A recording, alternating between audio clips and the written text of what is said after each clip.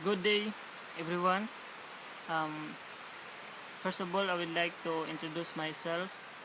My name is Ronel Sapili. Today, I am going to report factors which may influence goals and the motivational impact of self-efficacy and mindset. To begin with, factors which may influence goals. Values give direction to behavior. Values are those which the person consider personally important and worthy. According to Sajiv Rokas and Squartz 2017, individuals act in the ways that allow them to express the important values and attain the goals underlying them. Um, ang values daw, siya daw ang naghatag og direction sa atong behavior. Siya mo'y dahilan kung unsa atong behavior. Values daw at kadto daw important para sa atoa niya worthy. Values is actions are best to do or what way is best to live, like reliability, loyalty, respect, never hurt anyone. Example na sa mga daghan nga values nga makaapekto sa atong behavior niya. Isa pod siya ka factor para ma-influensyahan atong goals, para makuha na atong goals. Next, needs also activate and direct behavior. According to drive reduction theory, humans are internal equilibrium. Atkinson, Smith, Byrne, and Nolan Hoeksema 2000. According diri, ang needs po daw also po nga naka-direct po sa atong behavior. Isa po siya nga naka-influence siya sa ato. According daw sa drive reduction theory, kita daw nga mga humans internal equilibrium ta or kanang equal ta sa atong panloob, sa atong internal nato equal ta, dili walay magka ibabaw, walay magkaubos, equal lagi ta. Ang needs pod isa pod ni nga dahilan kung na-influensyahan atong goals kay atong needs nga need na tog example, need na tog pagkaon, need na tog sanin na influensyahan yun atong goals kay kung magkuha ta sa atong goals, importante gid atong mga needs kay para successful ta sa pagkuha sa atong mga goals. There are two classification of needs. Ang isa, physiological needs or needs of the body, and psychological needs arise from relationship with other people. Ang kaning physiological needs daw kuanda ni kinahanglan sa atong lawas. Example, food, water, air, sleep, and sex. And psychological needs arise from relationship with other people. Ang needs daw nga ni arise gikan sa atong relationship sa ubang tao. Example, affiliation, achievement, altruism, esteem, and status. Mao na siya ang mga psychological needs. Here is a theory of psychologist Abraham Maslow about the hierarchy of needs presented in the shape of a pyramid with the biological or psychological needs at the bottom and the need for self-actualization at the top. Here it is. Based sa pyramid, makita na to nga naa sa ubos ang physiological nga needs na to or biological needs niya. Ang nasa taas ang self-actualization. Muna siya kay nainani ni siya pagporma kay tungod kailangan mokuha ka sa pinakauna, na ikaduha, na ikatulo, na ikaupat, unless ang self-actualization mo ni siya. The biological or physiological needs at the bottom and the need for self-actualization at the top. Nya mo ni, once the biological needs are satisfied, o kung nakuha na nimong biological needs nimo or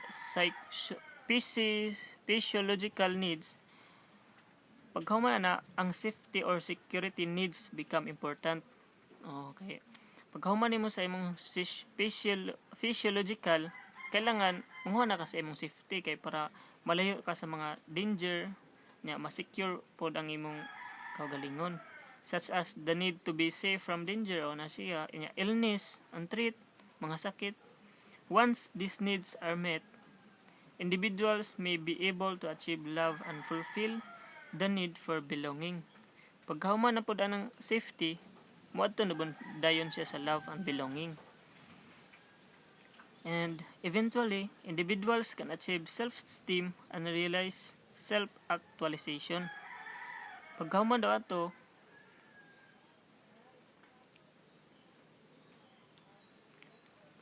ma-achieve nila ang self-esteem and realize self-actualization. Pagkahuman atong love and belonging, makakuha sila sa ilang self-esteem.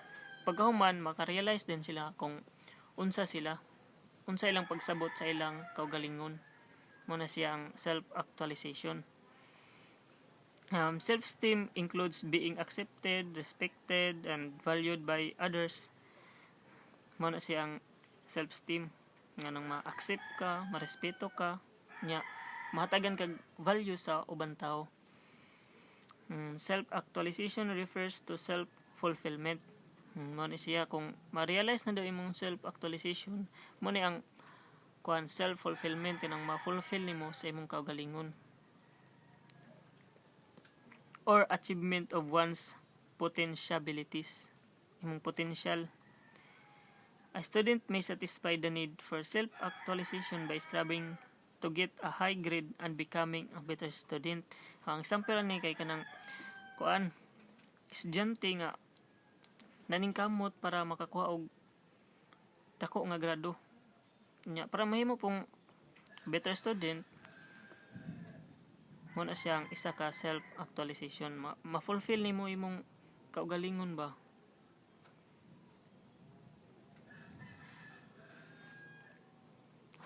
That's all.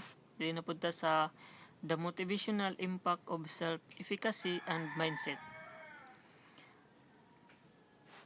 According to psychologist Albert Bandura, defines self-efficacy as the person's belief that he/she can successfully perform behaviors that will produce desired effects. Si Albert Bandura, yung define ang self-efficacy as the person's belief, anang iyang pagtuo nga maka-successful siya nga makabuhat og behavior niya, maka-produce siya og desired effects. Example, nituo ka nga makahuman kag eskwela, o di behaviors nimo, maka-perform ka imong behaviors na mahuman nimo unsa nimo paghuman ang imong pag-eskwela. Nya paghuman maka-produce din ka nimo desired nga effects imong gusto. Paghuman nimo eskwela, ka-desired nga gusto ka mo trabaho, gusto ka mo tabang sa ubang tao. Muna siya. Bandura also suggests that efficacy beliefs influence students' academic performance. Also, ang self-efficacy, ingon po si Bandura nga, maka-influensya po siya sa students' academic performance. Yes, maka-influensya siya. Kay, ma-influensya niya kay, makaya mo gud niya nga, academic performance, nang tarong gid sa eskwela para makakuha siya dagko nga grado, di siya mag absent muna siya para ma-impluwensyahan gud. Two category of mindset according to psychologist Carol Dweck 2008. Naa day two category mindset. Ang usa fixed mindset, ang ikaduha growth mindset. Ang fixed mindset are those people believe that basic qualities like their intelligence or talents are simply fixed traits. Ang ubang tao, ubang tao nga ni-believe sila nga ang basic qualities, example sila mga intelligent, talent, sila mga skill, isa na siya ka fix nga traits kanang naana sa ila daan. Wala nila nakatunan, wala nila nakatunan sa ibang tao, wala nila nakit-an didto diri, naana na sa ila. So pagbata pagdako nila mo na sila kanang example, maayo ka mo kanta, bata pa ka hanto ni dako ka mo na isa ka fixed traits. Ang magkaduha ang growth mindset are those people believe that their basic abilities can develop through dedication and hard work. Mo ni siya from the word growth, mo grow. Mo ni siya ang mga tao nga nituo nga ang ilang basic abilities daw gikan sa ilang dedication og hard work, ilang pagkugi. Kintahay pag di ka kaybaw mo drawing karon, so kad sa pagabata nimo hantod na tungod sa imong dedication na kay inspiration nimo nga kita ka nga isa ka tawo nga maayo mo drawing na nahimo to nimong inspiration. O nagkuan ka, nag hard work ka nga, nagtuon ka, nagpractice kag drawing, hantod nakabalo ka ang drawing. Mo na siya isa ka growth mindset.